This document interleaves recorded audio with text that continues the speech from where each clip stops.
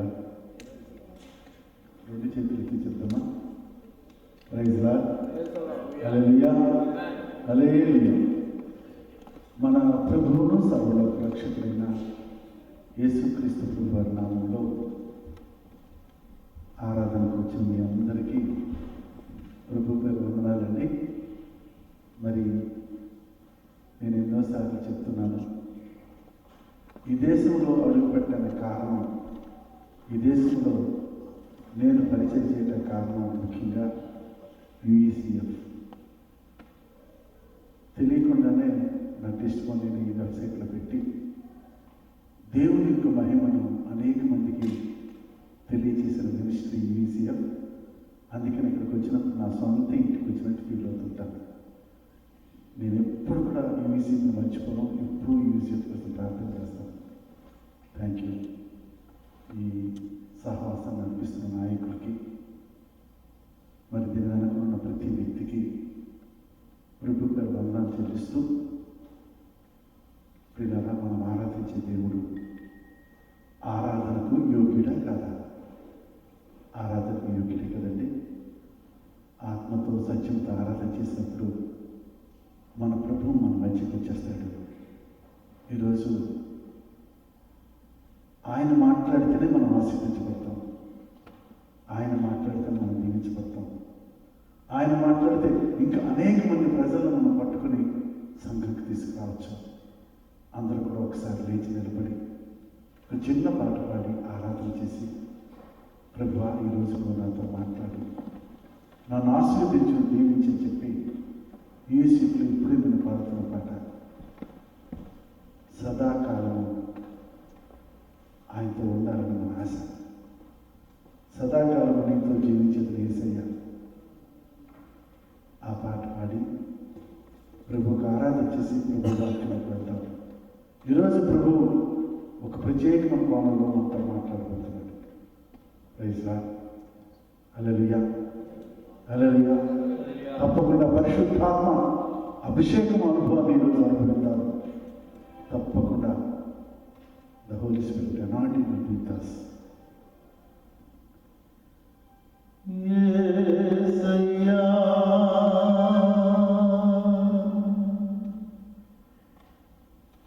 యేసయ్యా,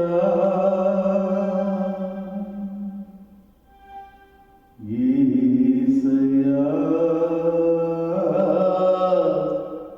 యేసయ్యా. హల్లెలూయా.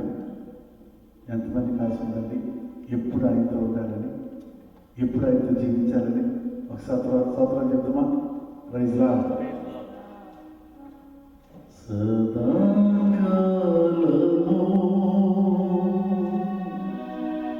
నీతో నేను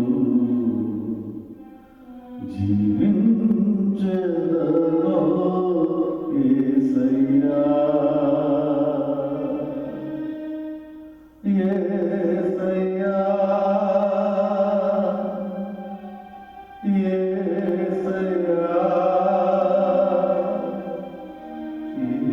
యేసయ్యా, యేసయ్యా. సదాకాలము నీతో నేను జీవించెదను యేసయ్యా, సదాకాలము నీతో నేను జీవించెదను యేసయ్యా, యేసయ్యా, యేసయ్యా, యేసయ్యా, యేసయ్యా. అందరూ యేసయ్యా, యేసయ్యా, యేసయ్యా,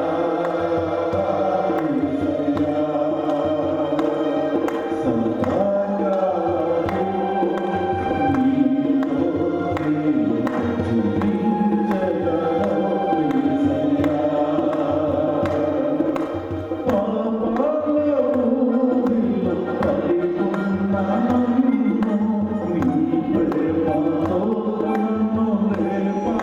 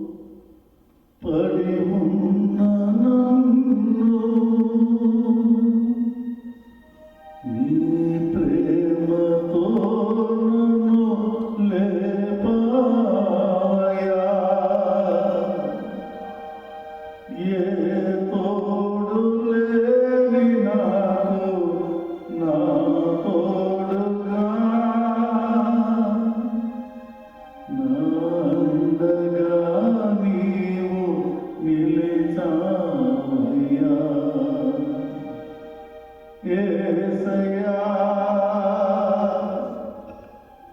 యేసయ్యా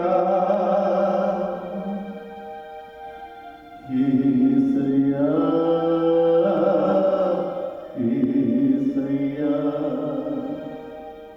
పరిశుద్ధుడా దయగల తండ్రి, ప్రేమగల ప్రభువా, పాపాల ఊబిలో పడి ఉన్న నన్ను మీ ప్రేమతో లేపి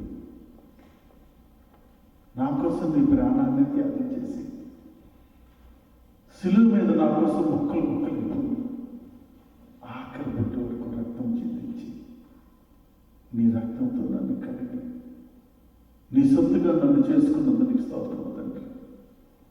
ప్రభువా, నువ్వు సజీవుడిని దేవుడు, మాట్లాడే దేవుడిని. ఈరోజు నువ్వు మాట్లాడితేనే మేము బ్రతుకుతాము. నువ్వు మాట్లాడితేనే మా పిల్లలు ఆశీర్వదించబడతారు. నువ్వు మాట్లాడతామని ఈ స్థలానికి మేము ఇచ్చాము తండ్రి. ఈరోజు ఒక ప్రత్యేకమైన కోణంలో నువ్వు మాతో మాట్లాడి మమ్మల్ని దీవించి ఆశీర్వదించి పంపమని యేసు నామములో అడిగి వేడుకొంచున్నాం తండ్రి. ఆమేన్, ఆమేన్, ఆమేన్. దయచేసి అందరం కూర్చున్నామండి. మన ప్రభువును సర్వలోక రక్షకుడైన యేసుక్రీస్తు ప్రభువారి నామంలో power of God ministries Visakhapatnam తరపున మీ అందరికీ ప్రభు పేరు వందనాలు తెలియజేస్తున్నానండి. ప్రియులారా, ఈరోజు మరి బైబిల్లో అనేకమైన భక్తుల అనుభవాలు దేవుడు రాయించటం. ఈరోజు పాత నిబంధనలో ఒక భక్తులను, కొత్త నిబంధనలో ఒక భక్తులను మీతో పంచుకోవాలని ఆశపడుతున్నాను. ఎక్కువ సమయం తీసుకున్నాను. తక్కువ సమయంలోనే ఇద్దరు భక్తుల అనుభవం నుంచి కొన్ని శ్రేష్టమైన అనుభవాలు మనం నేర్చుకుని భక్తి జీవితంలో ప్రభుకి ఇంకా దగ్గర అవుతాం, ప్రభువుకు ప్రియులుగా మారుతాం, ఆశీర్వాదానికి వారసులుగా అవుతాం. దేవుడు మనల్ని ఆశీర్వాదానికి వారసులుగా పిలిచాడు. అందుచేత ప్రభు ఎందుకు మనల్ని క్రైస్తవులుగా చేసుకున్నాడు, ఎందుకు మనల్ని ఒక ఉన్నతమైన పిలుపుతో పిలిచాడు, ఎందుకు ఆయన ప్రాణాన్ని త్యాగం చేసి మన కోసం సిలువ మీద ముక్కలు ముక్కలు అయిపోయాడంటే మనల్ని అనాథలుగా విడిచిపెట్టాలని కాదు, మనల్ని అనాథలుగా విడిచిపెట్టాలని కాదు, మనం ఒంటరి వారిగా చేయడానికి కాదు. అయితే మరి మీ అందరికీ ఒక ప్రశ్న. ఏ వ్యక్తి అయినా ప్రపంచంలో ఒక గొప్ప వ్యక్తిగా మారాలంటే ఆ వ్యక్తి పక్కన ఎవరుంటేనే మారతారు? ముఖ్యమంత్రి ఉంటేనా, ప్రధానమంత్రి ఉంటేనా, అమెరికా ప్రెసిడెంట్ ఉంటే గొప్ప వ్యక్తి అవుతారా? బైబిల్ చెప్తుంది, ఒక వ్యక్తి పక్కన దేవుడు ఉంటే ఆ వ్యక్తి సాధించలేదంటూ ఏది లేదు. ప్రైజ్లా. ఎంతమంది ఆశపడుతున్నారు నా పక్కన ఎప్పుడు దేవుడు ఉండాలి? నేనైతే ఎప్పుడు ఆశపడతాను. ప్రైజ్లా. నిజంగా మన పక్కన ఎప్పుడు దేవుడు ఉండాలంటే మనం ఏం చేయాలి? మన పక్కన ఎప్పుడు దేవుడు ఉండాలంటే మనం ఏం చేయాలో పాత నిబంధనలో ఒక భక్తుడు అనుభవం మనం పంచుకుంటాం. ఈరోజు ఈ భక్తుడు అనుభవం ద్వారా ఈ అనుభవం నేర్చుకొని మన పక్కన ఎప్పుడు మన దేవుడిని ఎలా ఉంచుకోవాలో ఆయన ద్వారా తెలుసుకుంటాం. అందుకే దేవుడు బైబిల్లో అనేక మంది భక్తుల అనుభవాలు రాశారు. దయచేసి ఈ భక్తుల అనుభవాలు చూద్దాం. 16వ కీర్తన 8వ వచనంలో స్పష్టంగా ఈ భక్తుల అనుభవం రాశారు. ఈ 16వ కీర్తన ఎవరు రాశారో 16వ కీర్తన పై భాగంలో రాయబడుతుంది. ఒకసారి ఎవరైనా చదవచ్చు. చదవండి. 16వ కీర్తన రాసింది దావీదు. Praise Lord. దావీదు యొక్క అనుభవాన్ని 16వ కీర్తన 8వ వచనం ఒకసారి చూద్దాం. దయచేసి 16:8 ఒకసారి చదివి చూడండి. దగ్గర కోణాలు చదివి సహాయం చేయండి. సదాకాలము యెహోవా యందు నాకు నిలుపుచున్నాను. సదాకాలము యెహోవా యందు నా గురి నిలుపుచున్నాను. ఆయన నా కుడి పార్శ్వమందు ఉన్నాడు కనుక ఆయన నా కుడిపార్శ్వమందు ఉన్నాడు కనుక నేను కదల్చబడను. నేను కదల్చబడను. ప్రియులారా, దావీదు యొక్క అనుభవాన్ని స్పష్టంగా బైబిల్లో రాశాడు. దావీదు అంటాడు, సదాకాలము యెహోవా యందు నా గురి నిలుపుచున్నాను కనుక ఆయన నా కుడిపార్శ్వమందు ఉన్నాడు. Praise Lord. దావీదు కుడి పక్కన ఎవరున్నాడంటే దావీదు ఆరాధించే దేవుడు ఉన్నాడంట, యెహోవా దేవుడు. దావీదు కుడి పక్కన యెహోవా దేవుడు ఉన్న కారణం ఏంటంటే దావీదు అంటాడు, సదాకాలం యెహోవా యందు నా గురి నిలుపుచున్నాను. ఒక విశ్వాసైనా ఒక సేవకుడైనా గురి ఎవరి మీద ఉంటే దేవుడు మన పక్క వస్తాడంటే దావీదు చెప్తున్నాడు, ఒక క్రైస్తవుడైనా ఒక విశ్వాసైనా ఒక సేవకుడైనా గురి యెహోవా మీద ఉండాలంట. అప్పుడు ఆ యెహోవా దేవుడు కుడిపార్శ్వన ఉంటాడట. ఒకసారి తోటలా చెప్తామా? Praise lord. వీళ్ళరా, విశ్వాసం గురి ఒకలాగా ఉంటుంది, సేవకుల గురి ఇంకొకలాగా ఉంటుంది. మీరేమనుకోవద్దు. కొంతమంది విశ్వాసులు ఎందుకు చర్చకొస్తారంటే వాళ్ళ గురి ఇల్లు లేని వారికి ఇల్లు కావాలి, ఉద్యోగం లేని వారికి ఉద్యోగం కావాలి. ఈ దేశంకి వచ్చినప్పుడు మాకు వచ్చినప్పుడు ప్రేయర్ రిక్వెస్ట్ ఏంటో తెలిసింది, బ్రదర్ నా H1 వీసా అయిపోతుంది, వీసా వచ్చేటట్టు ప్రార్థన చేయండి అంటే ఆ వ్యక్తి గురి ఎవరి మీద ఉంది? వీసా మీద. H1 వీసా వచ్చాక అంటాడు, బ్రదర్ గ్రీన్ కార్డు కోసం ప్రార్థన చేయండి. H1 వీసా తర్వాత దీని మీద వచ్చింది గురి గ్రీన్ కార్డు. గ్రీన్ కార్డు వచ్చాక గురి ఎక్కడ వెళ్తుంది? సిటిజన్షిప్. ముందు అపార్ట్మెంట్లో ఉంటాడు, ఆ తర్వాత ప్రార్థన చేయమంటాడు, బ్రదర్ సొంత ఇల్లు కొనుక్కున్నట్టు ప్రార్థన చేయండి. అపార్ట్మెంట్ ఉన్నప్పుడు సింగిల్ బెడ్రూమ్లో ఉంటాడు,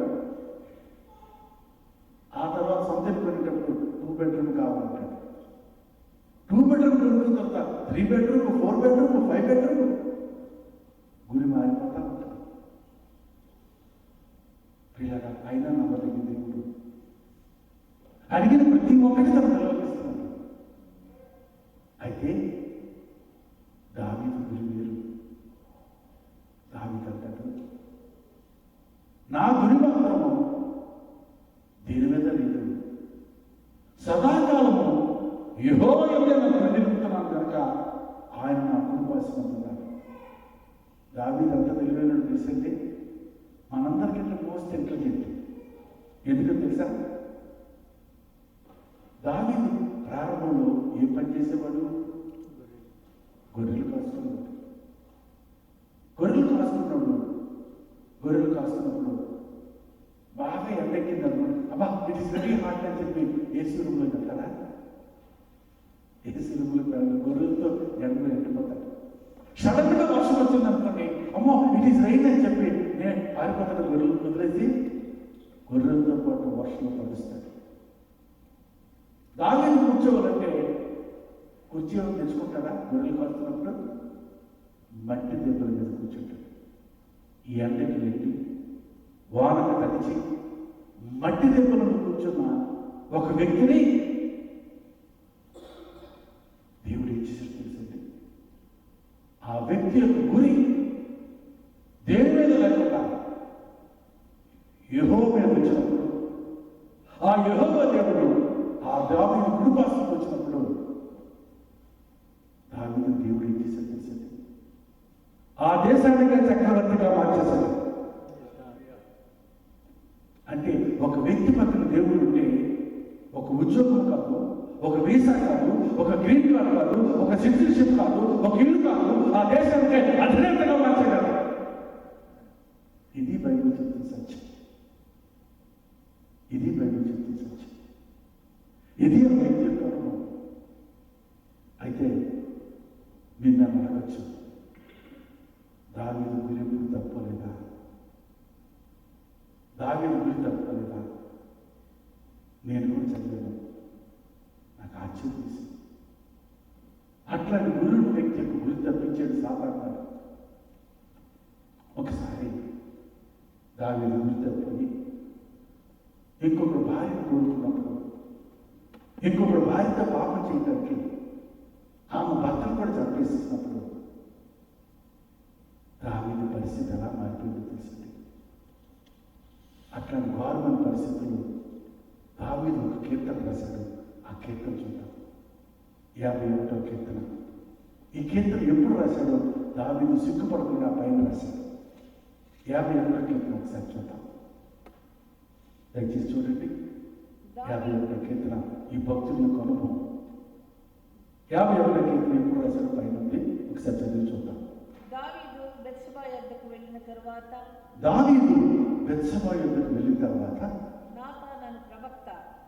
నాతాను అనే ప్రవక్త అతని యొద్దకు వచ్చినప్పుడు అతను రచించిన కీర్తన.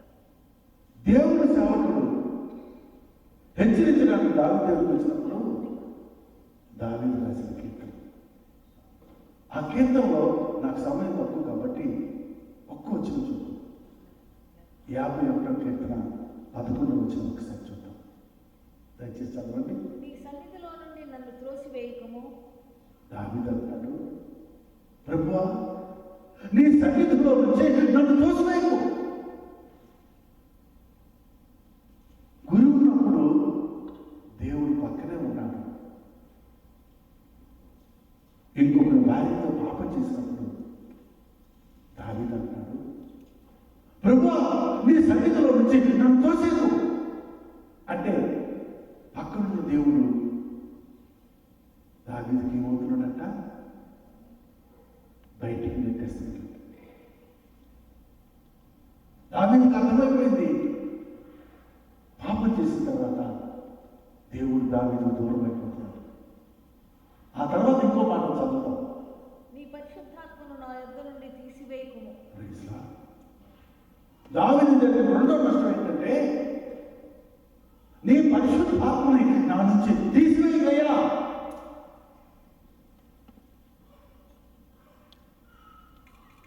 అప్పుడే దావీదుకి శత్రువులు తయారయ్యారు. దేవుడిచ్చిన రాజ్యాన్ని సమస్తము కోల్పోవడానికి సిద్ధపడిపోయాడు.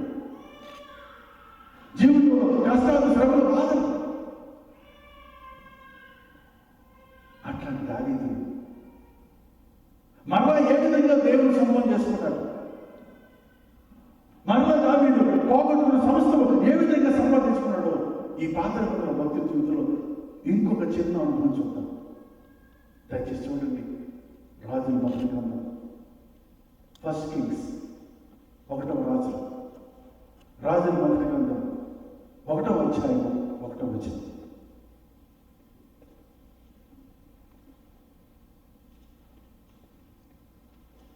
రాజుల మొదటి గ్రంథం చాలా మంచి విషయాలు దేవుడి నుంచి మనకు బయటపరుస్తున్నాడు. దయచేసి చూద్దాం. రాజైన దావీదు రాజుల మొదటి గ్రంథం 1వ అధ్యాయం 1వ వచనం. రాజైన దావీదు బహువృద్ధుడు కాగా సేవకులు అతనికి ఎన్ని బట్టలు కప్పినా అతనికి వెట్ట కలగకుండెను. అతనికంట వేడి పుట్టట్లేదంట. దావీదు బహుకాలం కలిసి వృద్ధులయ్యాడంట. చలికాలం వచ్చిందేమో అక్కడ ఇజ్రాయెల్ దేశంలో. ఎన్ని బట్టలు కప్పినా దావీదుకి వేడి పుట్టట్లేదంట, వెంట కలగట్లేదంట. అప్పుడు ఏం చేశారు? తర్వాత వచ్చిన చూద్దాం. కాబట్టి వారు మా ఏలిన వాడును రాజునగు నీ కొరకు తగిన చిన్నదానిని వెతుకుట మంచిదట. ఇప్పుడు దావీదుకి ఒక పరీక్ష పెట్టబడుతున్న దేవుడు. తన సేవకుల ద్వారా ఈ రాజుగారికి వేడి పుట్టించడానికి ఈ సేవకులు తీసుకున్న నిర్ణయం ఏంటంటే ఒక తగిన చిన్నదాన్ని కట్టడం మంచిదంట. ఆ తర్వాత ఏం చేశారు చూడండి. ఆమె రాజైన నీ సముఖమందుండి నిన్ను ఆదరించి వెంట కలుగుటకు వేడి పుట్టించడానికి వెంట కలుగుటకు నీ కౌగిలిలో పండుకొనని చెప్పి ఈ చిన్నది ఏం చేయాలంట? రాజుగారి కౌగిట్లో పడుకోవాలంట. రాజుగారి కౌగిట్లో పడుకోవాలంట. పిల్లరా, సేవకుడు వచ్చి దావీదుని హెచ్చరించాడు. దావీదు 50 కీర్తనలో పశ్చాత్తాపడ్డాడు. ప్రభువా, నేను పాపంలో పుట్టిన వాడిని, నా తల్లి గర్భంలో నేను పాపంలో పుట్టానని చెప్పాడు. దావీదు ముందే దేవుడు హెచ్చరించాడు, దావీదు నీకు దిద్దుబాటు అసహ్యం కదా. అది 50 కీర్తన మనం చూడొచ్చు. 50వ కీర్తన. దావీదు దేవుడి సన్నిధిలో చేసే ప్రతి తప్పుని సరి చేసుకున్నాడు. దావీదు దేవుడు వార్నింగ్ ఇచ్చాడు. దయచేసి 50వ కీర్తన 17 చదువుతాం. దిద్దుబాటు నీకు అసహ్యము కదా, దిద్దుబాటు నీకు అసహ్యం కదా దావీదు అంటున్నాడు దేవుడు. తప్పు చేసుకున్న తర్వాత సరి చేసుకోవడం నీకు అసహ్యం కదా దావీదు అంటున్నాడు దేవుడు. ఈరోజు దేవుడు పాపులను క్షమిస్తాడు కాదంటున్నాడు. సరి చేసుకుంటే, దిద్దుబాటు చేసుకుంటే, బ్రహ్మ ఇంకెప్పుడైనా నీ పాపం చేయనంటే దేవుడు మన ప్రియుడిగా మారిపోతాడని దావీదు యొక్క సాక్ష్యం, దావీదు యొక్క అనుభవం. అదే చేసి పాపం చేసుకుంటూ పోతుంటే దేవుడు తోసివేస్తాడని దావీదు చెప్తున్నాడు. పరిశుద్ధాత్మను తీసేస్తాడని దేవుడు చెప్తున్నాడు. ఈరోజు దేవుని పెట్టలేని మనం గ్రహించవలసింది ఈ భక్తుల అనుభవాల్లో కొన్ని అనుభవాలు. దావీదు పశ్చాత్తాపడ్డాడు. ఇంకెప్పుడు తన జీవితంలో ఇట్లాంటి పాపం చేయడానికి ముందుకు రాలేదు దావీదు. చివరికి దేవుడు దావీదుకు పరీక్ష పెట్టాడు. దావీదు నిజంగా పశ్చాత్తాపడ్డాడా? దావీదు నిజంగా కన్ఫ్యూజ్మెంట్ అయ్యాడా? లేదు దావీదు నామకార్థం భక్తి చేస్తాడా? నామకార్థం క్రైస్తవుడా ఉన్నాడా? ప్రతి క్రైస్తవుడికి దేవుడికి పరీక్ష పెడతాడు. ఆ పరీక్షలో జయిస్తే మనకి జై జీవితమే. క్రైస్తవుడికి జై జీవితమే. ఆ పరీక్షలో వాడిపోతే అతను పాతాలమే. దావీదు జరిగిన పరీక్ష చూద్దాం. రాజుల 2వ గ్రంథం, 2 కింగ్స్. రాజుల మొదటి గ్రంథం 1 కింగ్స్ 1వ అధ్యాయము 3వ వచనం. ఇశ్రాయేలు దేశపు దిక్కులన్నిటిలో దావీదు యొక్క సేవకులు ఏం చేశారంటే మొత్తం ఇశ్రాయేలు దేశం మొత్తం తిరుగుతున్నారంట అందమైన అమ్మాయి కోసం. రాజుల మొదటి గ్రంథం 1వ అధ్యాయం 3వ వచనం ఉంది. ఇశ్రాయేలు దేశంలో దిక్కులన్నీ తిరిగి ఒక చక్కని చిన్నదానిని వెతికి, చూడండి అందమైన ఆడపిల్లను చూస్తున్నారట. ఒక చక్కని చిన్నదాన్ని వెతికి అభిషకు సునేరాలను చూచి రాజు వద్దకు తీసుకొచ్చారట. అందమైన ఆడపిల్లను తీసుకొచ్చారు. ఆ తర్వాత దేవుడు మళ్ళా చెప్తున్నాడు, ఆ చిన్నది బహు చక్కనిదై ఉండి రాజును ఆదరించి ఉపచారం చేయించుండేది కానీ రాజు అమ్మాయితో కూడలేదు. గట్టిగా స్తోత్రాలు చెప్తాం. Praise Lord. ఒక ఆడపిల్ల ఆయన కౌగిట్లో పడుకుంటే, వేడి పుట్టించడానికి ఆయన కౌగిట్లో పడుకుంటే దేవుడు చూస్తున్నాడు అమ్మాయితో ఈ వ్యక్తి పాపం చేస్తాడా లేదని. దేవుడు సాక్షి చెప్తున్నాడు, నా దావీదు పాపం చేయలేదు. నా భక్తుడు ఆ స్త్రీతో పాపం చేయలేదు, ఆ స్త్రీతో కూడలేదు.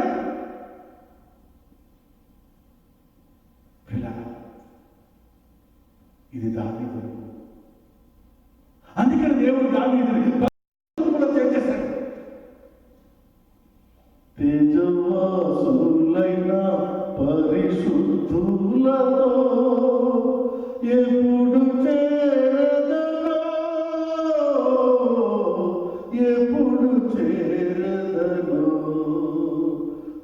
మాధుర్యమే నా ప్రభుతో జీవితం, మహిమానందమే మహాచర్యమే, మహిమానందమే మహాచర్యమే, మాధుర్యమే నా ప్రభుతో జీవితం. ప్రియులారా, మరలా దేవుడు దావీదు దగ్గరికి వచ్చాడు. దావీదు వసూలు చేశాడు మొత్తం సామ్రాజ్యాన్ని. చివరికి అదే దావీదు వంశంలో యేసు ప్రభువుగా జన్మించడానికి దేవుడు ఇష్టపడ్డాడు. అదే యేసు ప్రభు దావీదు కుమారుడా అని పిలిపించడానికి ఇష్టపడ్డాడు. ఎంత గొప్ప విషయం ఏంటి! మనం కూడా చేసిన తప్పులు పశ్చాత్తాపడి ఇంకెప్పుడు ఆ పాపం చేయకుండా ఉంటే అదే దేవుడు మన పక్కన రాడా? వస్తాడు. అందుకే దావీదు అన్నాడు, సదాకాలం యెహోవా యొద్ద నా మొర నిలుపుచున్నాను, ఆయన నా కుడి పార్శ్వమవుతున్నాడు. ఎంత మంచి అనుభవం అండి! దేవుడు మన కుడి పక్కన రావాలంటే ఈ దావీదు భక్తుల ద్వారా కొన్ని అనుభవాలు నేర్చుకుంటే తప్పకుండా దేవుడు మన పక్కనే ఉంటాడు. మన పక్కనే ఉంటాడు. కొత్త నిబంధనలో ఇంకొక భక్తుల అనుభవాన్ని కూడా చూద్దాం. నేను త్వరగా ముగిస్తాను. కొత్త నిబంధనలో అపోస్తలుడైన పౌలు గలతీ సంఘానికి రాసిన పత్రికలో 2వ అధ్యాయంలో 20వ వాక్యంలో ఒక మంచి అనుభవం చెప్తున్నాడు. దయచేసి చూద్దాం. అపోస్తలుడైన పౌలు గలతీయులకు రాసిన పత్రిక 2వ అధ్యాయం 20వ వచనం. దయచేసి చదివి చూడండి ఒకసారి. దగ్గరగా ఉన్నవారు చదివి సహాయం చేయండి. నేను క్రీస్తుతో కూడా సిలువ వేయబడుచున్నాను, నేను క్రీస్తుతో కూడా సిలువ వేయబడి ఉన్నాను, ఇకను జీవించువాడు నేను కాను, ఇక్కడ జీవించేవాడు నేను కాదు, క్రీస్తే నా యందు జీవించుచున్నాడు. క్రీస్తే నా యందు జీవిస్తున్నాడు. దేవునికి స్తోత్రం. దావీదేమో సదాకాలము యెహోవా యందు నా గురి నిలుపుచున్నాను కాబట్టి ఆయన నా కుడిపార్శ్వమందు ఉన్నాడు అంటాడు దావీదు. కొత్త నిబంధనలో అపోస్తలుడైన పౌలు అంటాడు గలతీయులకు రాసిన పత్రికలో 2వ అధ్యాయం 20వ వాక్యంలో, నేను క్రీస్తుతో కూడా సిలువ వేయబడి ఉన్నాను, ఇకను జీవించువాడు నేను కాను, ఇక జీవించేవాడు నేను కాదు, క్రీస్తే క్రీస్తే నా యందు జీవిస్తున్నాడు. అపోస్తలుడైన పౌలు అంటాడు గలతీ సంఘంతో, క్రీస్తు నా పక్కన కాదు ఉండేది, యేసు ప్రభువు నాలోనే జీవిస్తున్నాడు. గట్టిగా స్తోత్రాలు చెప్తాడు. ఇప్పుడు దేవుడు పక్కన ఉంటే మంచిదా, మన లోపల ఉంటే మంచిదా? ఏది మంచిదండి? Praise Lord. ఒక్కొక్క భక్తుడు అనుకుంటుంది. అపోస్తలుడైన పౌలు అంటాడు క్రీస్తే నా యందు జీవిస్తున్నాడు. దావీదు పక్కన దేవుడు ఉంటాడు కారణం దావీదు గురి యెహోవా మీద ఉంటాడు. క్రీస్తు అపోస్తలుడు పౌలు ఉంటాడు కారణం ఏంటో పౌలు ఏం చెప్తున్నాడో చూద్దాం. దయచేసి గలతీయులకు రాసిన పత్రిక 2వ అధ్యాయం 20వ వచనం ఒకసారి చదువుతాం. నేను క్రీస్తుతో కూడా సిలువ వేయబడి ఉన్నాను, నేను క్రీస్తుతో కూడా సిలువ వేయబడి ఉన్నాను, ఇకను జీవించువాడు నేను కాను, ఇక జీవించేవాడు నేను కాదు, క్రీస్తే నా యందు జీవించుచున్నాడు. అపోస్తలుడు పౌలు ఇచ్చిన అర్థం ఏంటంటే నేను క్రీస్తుతో కూడా సిలువ వేయబడటం వల్ల ఇక నేను జీవించేవాడు కాదు, కానీ నా యందు క్రీస్తు జీవిస్తున్నాడు. అపోస్తలుడు పౌలు యేసుక్రీస్తు ప్రభు జీవించిన కారణం ఏంటంటే పౌలు అంటాడు నేను క్రీస్తుతో కూడా సిలువ వేయబడి ఉన్నాను. ప్రియులారా, మీకు నేను సాక్ష్యం చెప్పాను. నేను పుట్టుకతో క్రైస్తవుడు కాదు. ఇంతకుముందు నీ బైబిల్ చదవలేదు. ఈ గలతీ పత్రిక చదువుతున్నప్పుడు, ఈ వాక్యం చదువుతున్నప్పుడు నాకు ఒక అనుమానం వచ్చింది. పౌలు అంటాడు నేను క్రీస్తుతో కూడా సిలువ వేయబడి ఉన్నాను. నిజం చెప్పండి, యేసు ప్రభుతో సిలువ వేయబడి వారు ఎవరండి? ఇద్దరు దొంగలు కదండి. మరి పౌరు మాస్టర్ గారు ఎలా రాస్తున్నారు? గణిత సంఘానికి ఎలా రాస్తున్నారండి? నేను క్రీస్తు కూడా సిలువ వేయబడినంటారండి. నాకు చదివినప్పుడు చాలా అనుమానం వచ్చింది. నిజంగా అపొస్తలుడు పౌలు క్రీస్తు కూడా సిలువ వేయబడ్డారా? ఫిజికల్గా అయితే కాదండి. చాలా మంది తెలియక ఫిజికల్గా సిలువలు వేయించుకొని యూట్యూబ్లో కూడా పెట్టుకుంటున్నారు. ఆ సిలువ కాదు వేసుకోవటం, ఆత్మీయంగా సిలువ వేయబడ్డం, ఆత్మీయంగా సిలువ వేయబడ్డం. అపొస్తలుడు పౌలు ఆత్మీయంగా ఏ విధంగా సిలువ వేయబడ్డాడు? అసలు క్రీస్తు కూడా సిలువ వేయబడ్డం ఏంటి? మనలో కూడా యేసుతో ఉండాలంటే మనందరం కూడా ఏం చేయాలి? క్రీస్తు కూడా సిలువ వేయబడ్డాడు. క్రీస్తు సిలువ వేయబడ్డం ఏంటి అసలు? ఈ ప్రశ్నకి జవాబు అపొస్తలుడు పౌలు రోమీయులకు రాసిన పత్రికలో వివరించాడు. ఒకసారి చూద్దాం, ప్రయత్నించాలి. మనం కూడా మన నిజ జీవితంలో క్రీస్తుతో సిలువ వేయబడడానికి ప్రయత్నం చేద్దాం. తప్పకుండా ఆ దేవుడు మనలో ఉంటాడు. ఈ అనుభవం చూద్దాం. అపొస్తలుడు పౌలు దయచేసి రోమీయులకు రాసిన పత్రిక 6వ అధ్యాయం 6వ వాక్యం చూద్దాం. మనలో ఉన్న ప్రతి ప్రశ్నకి జవాబు బైబిల్ చెప్తాడు. భక్తులు అనుభవం చెప్తాయి. ఈ రాత్రి దేవుడు మన పక్కన ఉండాలా, మనలో ఉండాలో అది మన ఇష్టం. దయచేసి చూడండి, రోమీయులకు రాసిన పత్రిక అపొస్తలుడు పౌలు రోమా సంఘం రాసిన పత్రిక 6వ అధ్యాయం 6వ వాక్యం. ఏమనగా మనమికను పాపమునకు దాసులము కాకుండుటకు మనము ఇకను పాపమునకు దాసులము కాకుండునట్లు పాప శరీరము నిరర్థకమగునట్లు, ఈ పాప శరీరము నిరర్థకమగునట్లు మన ప్రాచీన స్వభావము ఏంటంటే మన ప్రాచీన స్వభావం అండర్లైన్ చేసుకోవచ్చు. మన ప్రాచీన స్వభావము ఆయనతో కూడా సిలువ వేయబడినని ఎరుగుదుము. ఆయనతో కూడా సిలువ వేయబడినని ఎరుగుదుము. దేవునికి స్తోత్రం. ప్రియులారా, క్రీస్తుతో కూడా సిలువ వేయబడటం అంటే అపొస్తలుడు పౌలు రోమా సంఘం చెప్తున్నాడు, మన ప్రాచీన స్వభావానికి ఏం చేయాలంట? సిలువ వేయాలి అంటారు. ఒక క్రైస్తవుడు బోర్న్ అగైన్ అంటారు. ఇండియాలో మారు మనసు అంటారు, అమెరికాలో బోర్న్ అగైన్. ఇందాక పాస్ట్ ప్లాన్స్ చెప్పాడు. ఏమని? కోవైట్లో రోజుకి ఎంత తాగేవాళ్ళు బ్రదర్? ఎన్ని dollars drink? How many dollars? $900 brandy తాగేవాళ్ళు brother. Illegal contacts, all the things. ఇప్పుడు $1000 ఇస్తారు తాగమనండి రోజుకి. నెవర్. ఆ ప్రాచీన స్వభావాన్ని సిలువేసినట్టు మనం చూడొచ్చు. That is the difference between a Christian and non Christian. India నుంచి అమెరికా వచ్చిన వాళ్ళు ఎక్కువ మంది తాగుతారు, అందులో తాగమని ఉంటారా? ఎస్. ప్రాచీన స్వభావానికి సిలువేసిన వాళ్ళు ఉంటారు, ప్రాచీన స్వభావానికి సిలువైన వాళ్ళు కూడా ఉంటారు. అయితే తాగిన క్రైస్తవులు లేరంటే ఉన్నారు. What is there brother? God wants our heart. కొంతమంది క్రైస్తవులు చెప్తారు, దేవుడికి మన హృదయం కావాలంట, మన శరీరం అక్కర్లేదు. అందుకే క్రైస్తవులు చాలా మంది తేరగా దేవుడికి ఇచ్చింది ఏంటో తెలుసండి? సులువుగా దేవుడికి ఇచ్చింది హృదయమే.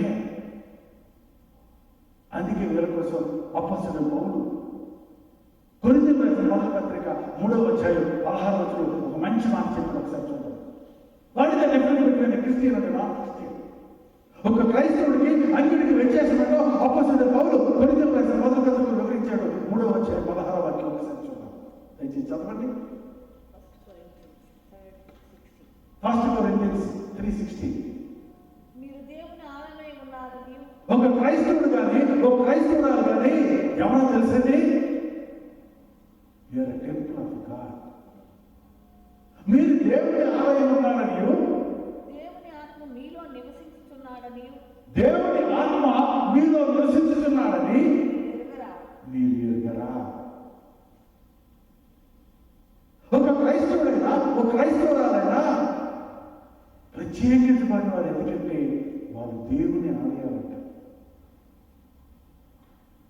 ఎందుకంటే ఒక క్రైస్తవుడు కానీ క్రైస్తవురాల్లో ఎవరంటారంటే దేవుని ఆత్మ. దేవుని ఆత్మ మనలో ఎక్కడ ఉంటుంది? ఇదొక ప్రశ్న. దేవుని ఆత్మ ఒక క్రైస్తవుడికి ఒక క్రైస్తవానికి ఎక్కడ ఉంటుంది? హృదయంలో ఉన్నా ఇంకెక్కడైనా. దీనికి జవాబు బైబిలే చెప్పాలి. దీనికి జవాబు అపోస్తలుడైన పౌలు అదే కొరింథీయులకు రాసిన మొదటి పత్రిక 6:19 స్పష్టంగా చెప్పాడు. 6:19 1 Corinthians 6:19. దయచేసి చూద్దాం. మీ దేహము దేవుని వలన మీకు అనుగ్రహింపబడి, మీ దేహము హృదయం కాదు కదా, మీ దేహము దేవుని వల్ల మీకు అనుగ్రహించబడి, హృదయం అని రాయలేదు కదా అక్కడ, యువర్ బాడీ. మీ దేహము దేవుని వల్ల మీకు అనుగ్రహించబడి మీలోనున్న పరిశుద్ధాత్మకు ఆలయమై ఉన్నదని మీరు ఎరుగరా? మీలో ఉన్న పరిశుద్ధాత్మకు ఆలయమై ఉన్నదని మీరు ఎరుగరా? Praise lord. అంటే దేవుడు మన హృదయంతో పాటు మన దేహాన్ని కూడా కోరుకుంటున్నాడు. ఆయన ఆలయంగా నివాసం చేయడానికి He wants our heart and our body. Bible క్లియర్గా చెప్తుంది. బైబిల్ క్లియర్గా చెప్తుంది. చాలా మంది క్రైస్తవులు అనుకుంటారు, నా హృదయం దేవుడికి ఇస్తే చాలు, నా శరీరంతో ఏం చేసినా పర్వాలేదు. దావీదు కూడా అనుకున్నాడు, నా హృదయానుసారం దేవుడు అన్నాడని. దావీదు హృదయం ఇచ్చాడు, శరీరాన్ని పరిస్థితికి ఇచ్చాడు. కూలిపోయిన దావీదు కూడా దేవుడు లేపడి వల్ల. నాకు తెలిసిన ఒక అమ్మాయి ఉంది, సాఫ్ట్వేర్ అమ్మాయి. నాకు ఫోన్ చేసి, అంకుల్ మీ అందరూ ప్రార్థన వాళ్ళు, ఈ మధ్య నాకు మ్యారేజ్ అయింది, మంచి భర్త దొరికాడు, చాలా మంచి అబ్బాయి, అందుకని నా హృదయాన్ని నా భర్తకి ఇస్తున్నాను, నా దేహాన్ని మాత్రం నా బాయ్ ఫ్రెండ్కి ఇస్తాను అంకుల్. ఒక అమ్మాయి హృదయాన్ని భర్తకి, దేహాన్ని పరపురుషుడికి ఇస్తే భర్త ఏం చేస్తాడు? ఎక్కడైనా మాటలు ఎందుకు జరుగుతున్నాయి? ఇల్లీగల్ కంటాక్ట్స్ వల్ల కదా. ఒక మనిషి భరించలేడు, ఒక స్త్రీ హృదయాన్ని ఒకరికి దేహాన్ని ఒకరికి ఇస్తే దేవుడు భరిస్తాడు. మన హృదయం ఒకరికి మన దేహం ఒకరికి ఇస్తే దేవుడు భరిస్తాడా? మనం దేవుడు దగ్గర ఉండగలరా? అందుకే మన దేవుడు మన నుంచి కోరుతుంది మన హృదయాన్ని, మన దేహాన్ని. అందుకే అపోస్తలుడైన పౌలు అంటాడు, నేను క్రీస్తు కూడా సిలువపై ఉన్నాను, ఇక జీవించేవాడు నేను కాదు, నా యందు క్రీస్తు జీవిస్తున్నాను. క్రీస్తు కూడా సిలువపై అంటే ఏంటంటే, రోమీయులకు రాసిన పత్రిక 6:6 చెప్తున్నాను పౌలు, ఏమనగా మనం ఇక్కడ పాపములకు దాసులము కాకుండాటకు, ఏమనగా మనము ఇక్కడ పాపములకు దాసులము కాకుండానట్లు, పాప శరీరము నిరర్థకమగునట్లు, హృదయం అని రాయలేదు అక్కడ, ఈ పాప శరీరము, ఈ పాప శరీరము నిరర్థకమగునట్లు మన ప్రాచీన స్వభావానికి సిలువేయమంటారు. ఈ బాడీలో మన ప్రాచీన స్వభావం పనిచేయకూడదు. ఈ బాడీలో మన డ్రింకింగ్ పనిచేయకూడదు, సిగరెట్ స్మోకింగ్ పనిచేయకూడదు, బూతు మాటలు పనిచేయకూడదు, కోపం పనిచేయకూడదు, ద్వేషం పనిచేయకూడదు, అసూయ పనిచేయకూడదు. అన్నిటికీ సిలువేశాయి యేసు ప్రభువు మనం చేస్తాడు. ఒకప్పుడు పౌలు క్రీస్తు విరోధి, పిచ్చోడు, నాకు లేక మత పిచ్చాడు. నేను ఎలాగా హిందూ మత పిచ్చాడునో, ఒక కోవట్ల కుటుంబంలో పుట్టి తడి బట్టలతో మడి కట్టుకుని 2 బంగారు విగ్రహాలు పెట్టుకుని పూజ చేసిన పిచ్చాడునో నాకంటే పిచ్చాడు పోదు. యోధా మత పిచ్చాడు, మోషే ధర్మశాస్త్రం పెంచాడు. యేసు ప్రభువుని ఎవరైనా ఆరాధిస్తే ఊరుకోడు. మన చంపడానికి అధికార పత్రిక సంపాదించి అక్కడే కాదు ఇంకొక దేశంలో ఉన్న దమస్కులో ఉన్న మన చంపడానికి సైన్యాన్ని తీసుకెళ్ళి పొరపాటు.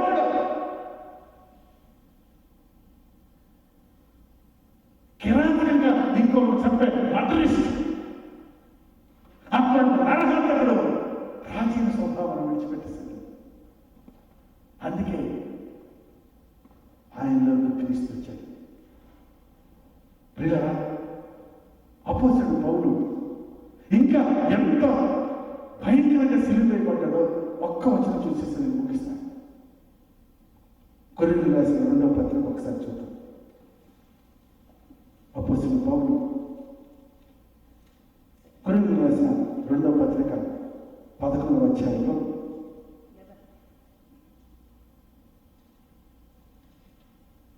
2 Corinthians 11వ అధ్యాయము 23వ వచనం. దయచేసి చదవండి. 2 Corinthians 11:23. వారు క్రీస్తు పరిచారకులా? పౌలు అంటాడు, వారు క్రీస్తు పరిచారకులా? వెర్రివాని వలె మాట్లాడుచున్నాను. వెర్రివాని వలె మాట్లాడుతున్నాను. నేను మరి ఎక్కువగా క్రీస్తు పరిచారకుడను. నేను వాళ్ళకంటే మరి ఎక్కువగా నేను క్రీస్తు పరిచారకుడిని. అంటే యేసు ప్రభు పరిచారకుల్లో చాలా ఉన్నాయి. వాళ్ళ క్రీస్తు పరిచారకులా? ఎందుకంటే ఆదివారం వచ్చి ప్రార్థన చేసి తాళం వేసి వెళ్ళిపోతున్నారు. నేను వాళ్ళకంటే మరి ఎక్కువ పరిచారకుడిని. క్రీస్తు కోసం సిలువైపోయిన వాడిని. వాళ్ళకంటే పౌలు ఎందుకు ఎక్కువ పరిచారకుడు ఒకసారి చూద్దాం. ఆ తర్వాత రాయబడింది, చదవండి ఒకసారి. మరి విశేషముగా ప్రయాసపడితిని. వాళ్ళకంటే అపోస్తలుడు పౌలు మరి విశేషంగా ప్రయాసపడ్డాడు దేవుడి కోసం. పిల్లరా, యేసు పరిచారకుల రకాలు ఆదివారం వచ్చి ప్రార్థన చేసి తాళం వేసి వెళ్ళిపోయి ఉన్నారు. ఒక్కరోజు కూడా ఖాళీ లేకుండా వెర్రలాగా భార్య పిల్లలు విడిచిపెట్టి పిచ్చోలాగా వెర్రివాళ్ళే తిరుగుతూ ఉన్నారు యేసు ప్రభు కోసం. అందుకే అన్నాడట, మరి విశేషంగా ప్రయాసపడితిని. మరి విశేషంగా ప్రయాసపడితిని. మరి అనేక పర్యాయములు చెరసాలలో ఉంటిని. అనేక సార్లు ప్రభు కోసం చేయగలేదట. ఇంట్లో పడుకున్న నేను బెటర్ కదండి. అనేక సార్లు చెరసాలకు వెళ్ళాను. అపరిమితముగా దెబ్బలు తింటిని. యేసు ప్రభు కోసం దెబ్బలు తిన్నాడు. What a great record. క్రీస్తు కోసం సిలువైపడ్డాడు, చెరసాలకు వెళ్ళాడు, దెబ్బలు తింటున్నాడు. ఆ తర్వాత అనేక మార్లు ప్రాణాపాయములలో ఉంటిని. అనేక మార్లు యేసు ప్రభు పరిచయం కోసం ప్రాణానికి అపాయం తెచ్చుకున్నాడు. ఆ తర్వాత యూదుల చేత 5 మార్లు ఒకటి తక్కువ 40 దెబ్బలు తింటిని. 5 సార్లు ఒకటి తక్కువ 40 దెబ్బలు కాశాడు. ఇంకా 3 మార్లు బెత్తములతో కొట్టబడితిని. 3 సార్లు బెత్తములతో కొట్టబడ్డాడు. ఒకసారి రాళ్లతో కొట్టబడితిని. ఒకసారి రాళ్లతో కొట్టబడ్డాడు. గోడ పగిలి శ్రమపడితిని. పిల్లలు మనకి సాక్ష్యం చెప్పుకుంటే, ఒకప్పుడు నేను కుళ్ళిపోయి నడుచుకొని తిన్నాను, ఇప్పుడేమో బిజినెస్ వెంచర్ కారులో తిరుగుతున్నాను. ఇలాంటి సాక్ష్యం అనుకుంటారా? ఒకప్పుడు గింజలు తినేవాడిని, ఈరోజు దేవుడు బంగారు పల్లెల్లో నాకు ఆహారం పెట్టాడు. ఎంత బ్లెస్సింగ్. ఎవరు పరిచారకులు? ఎవరు క్రీస్తు కోసం సిలువలో పడ్డారు? యేసు ప్రభు ఎవరి కోసం రక్తం కార్చాడు?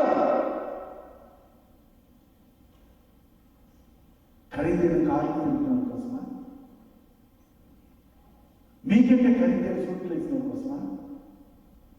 మీరు ఇచ్చిన డబ్బులతో ఇంకా ఖరీదైన కారు కొనుక్కున్న కోసమా యేసు ప్రభు మరణించింది? ఒకసారి ఆలోచించండి. ఎవరైతే యేసు ప్రభు కోసం సిలువ వేయబడతారో వాళ్ళ యేసు ప్రభు ఉంటాడు. ప్రియులారా, దావీదును చూసాము, అపోస్తలుడైన పౌలును చూసాము. వాడ పగిలిపోయి సముద్రంలో 3 రాత్రి పగలు ముద్దలాగా నానిపోయాడు. ఎన్నోసార్లు ప్రాణ పరిస్థితిలో సువార్త చేశాడు. ఇప్పుడు మా పాస్టర్కి ఎంతమంది అస్కార్లు తెలిసింది? మీరు ఇండియా రండి, ఇట్లా 50 మంది కుర్రాలు తప్పకండి తప్పకండి ఐదు వస్తున్నారు, ఐదు వస్తున్నారు. ఒక ప్రధానమంత్రికి ముఖ్యమంత్రికి నేను హోదా వచ్చింది. మరి విశేషంగా నేను పరిచయం చేశాను. పౌలు నేను క్రీస్తు కోసం సిలువ వేయబడ్డాను అంటున్నాడు. పిచ్చోడుగా లక్షల మైలు తిరిగినోడు, దేశాల్లో సువార్త చేసి సంఘాలు కట్టిన వ్యక్తి ఈరోజు దేవుడు ఇద్దరు అనుభవాలను జ్ఞాపకం చేసుకున్నాడు. పిల్లరా, అందుకే సంఘానికి అపోస్తలుడైన పౌలు ఈ ఉత్తరాలు రాశాడు. దేవుడు ఆశించింది ఏంటంటే, అపోస్తలుడైన పౌలు ఆశించింది ఏంటంటే, మనందరము మరి విశేషంగా ప్రభువు కోసం ప్రయాసపడి అనేక ఆత్మను రక్షించి సంఘంలో చేర్చడం మన పని. అందుకే దానియేలు 12వ అధ్యాయం 3వ వచనంలో మంచి మాట్లాడారు. ఒకసారి చూడండి. దానియేలు గ్రంథం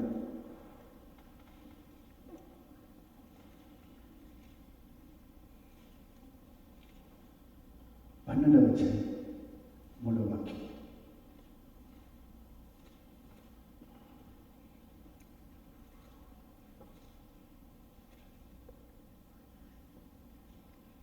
మరియు సమాధి 3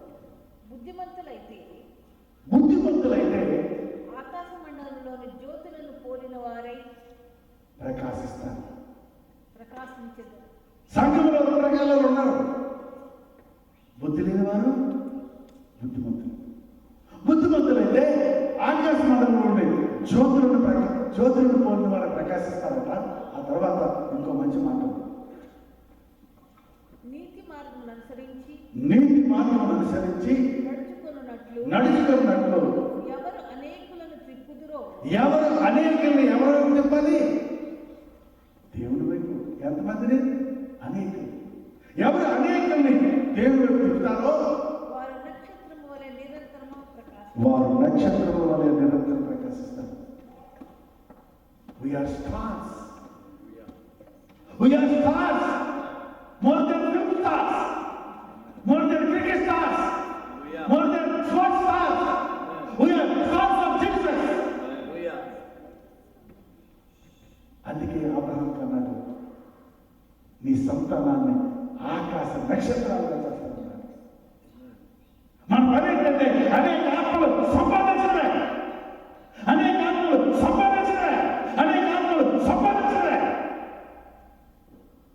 దానికోసం ఏమైనా చేద్దాం, దానికోసం సిలువై పడతాం, దానికోసం ఏదైనా చేద్దాం. ఈ రాత్రి ప్రభు మనతో మాట్లాడుతున్నాడు. అలా చేసినప్పుడు పక్కన ఉన్న దేవుడు మనలోకి వస్తాడు. మనితో ఉంటాము, మనలో ఉన్న దేవుడు మన నిద్రపోనీయుడు, మనకంటే గొప్పవారు ఈ ప్రపంచంలో ఉండరు. మన పిల్లలు దీవిస్తాడు, మన కుటుంబాలు దీవిస్తాడు. అందుకే దావీదు ప్రార్థన దేవుడు అంగీకరిస్తున్నాడు. మనందరం మనకిష్టమైన ప్రార్థన చేస్తే 141 కీర్తన 2వ వచనంలో దావీదు ఒక మంచి సాక్ష్యం చెప్తున్నాడు. ఒకసారి చూడండి. 141 కీర్తన 2వ వచనం. ఇంత చదివిన వాక్యం అదే.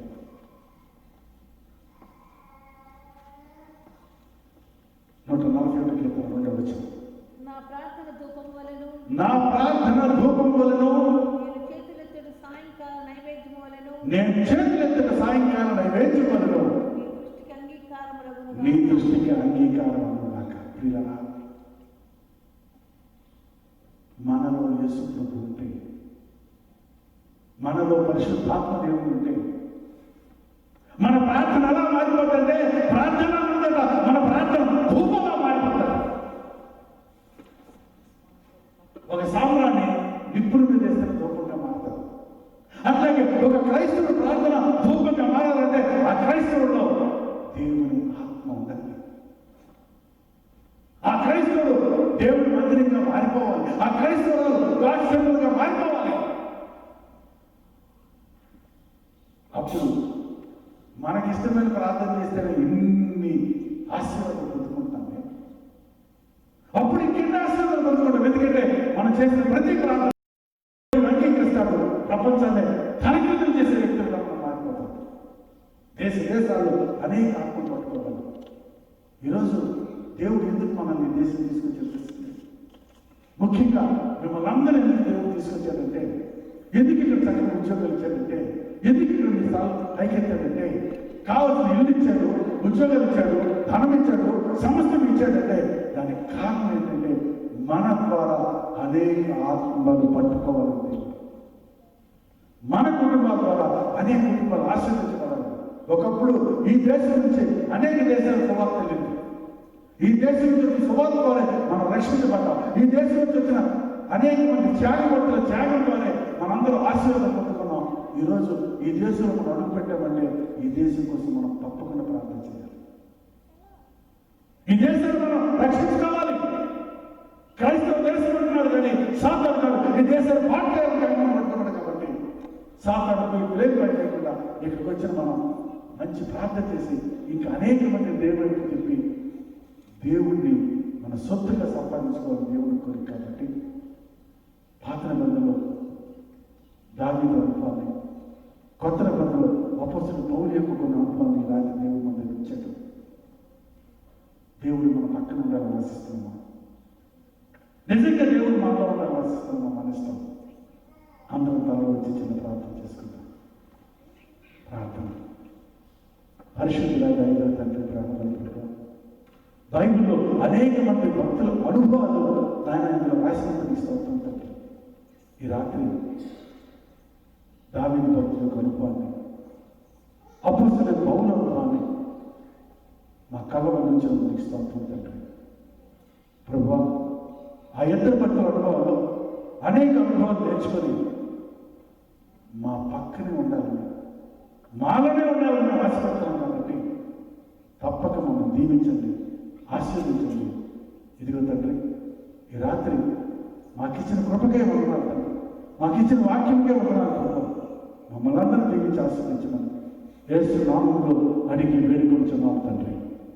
ఆమేన్, ఆమేన్.